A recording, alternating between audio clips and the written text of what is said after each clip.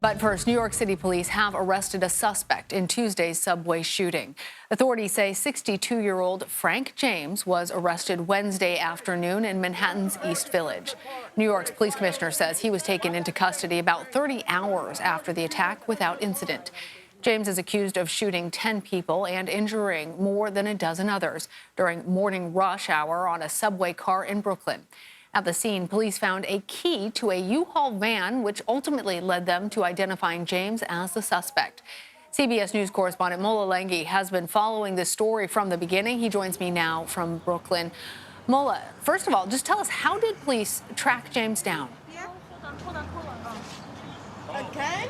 Well, Lana, police had an extensive effort here, launched an extensive effort, not just in New York City when this thing first began, but nationwide. It went to Philadelphia. Authorities there were involved in the search, as well as Wisconsin. These are locations where James was known to have some ties. He recently lived in Philadelphia. He had a previous address in Wisconsin. So this search really was a nationwide search.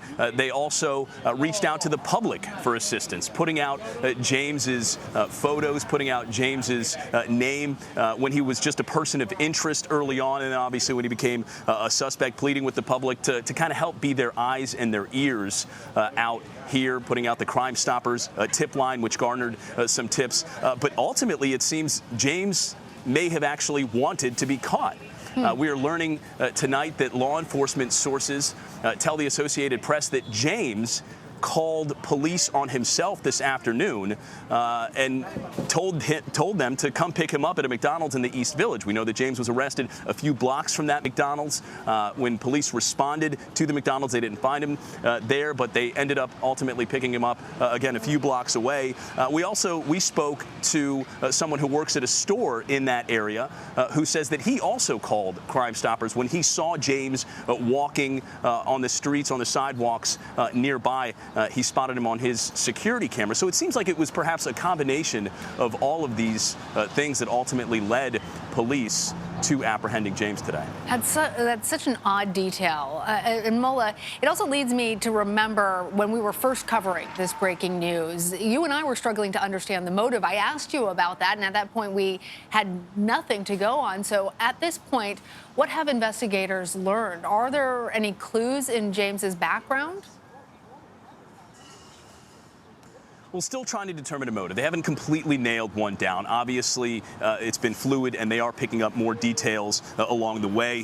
One of the kind of more interesting nuggets that have been out there here over the last few hours are some of these social media and online postings where James rants and has some pretty intense rants with regards to homophobic nature, of a racist nature.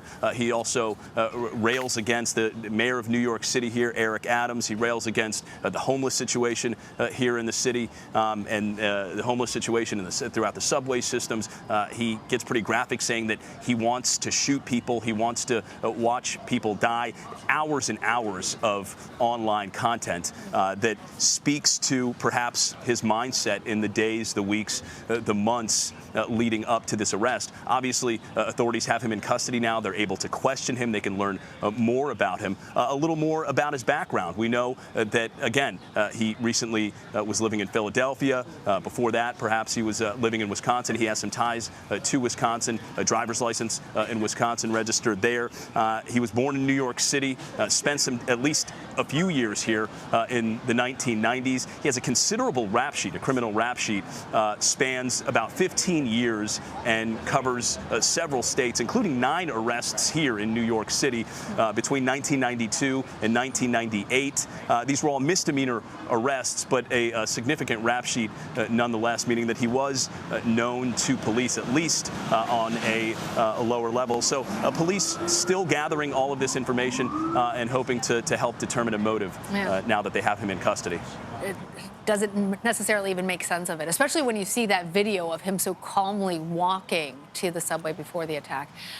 Mola, before you go, obviously James is going to be arraigned on Thursday. Tell us, what charges does he now face? Well, most serious charge is terrorism against a mass transit system. Let me say that again. Terrorism against a mass transit system is the most serious federal charge that he faces. And if convicted, he could face up to life in prison, Lana. All right, Mola, thank you so much for joining and for all of your coverage on this story.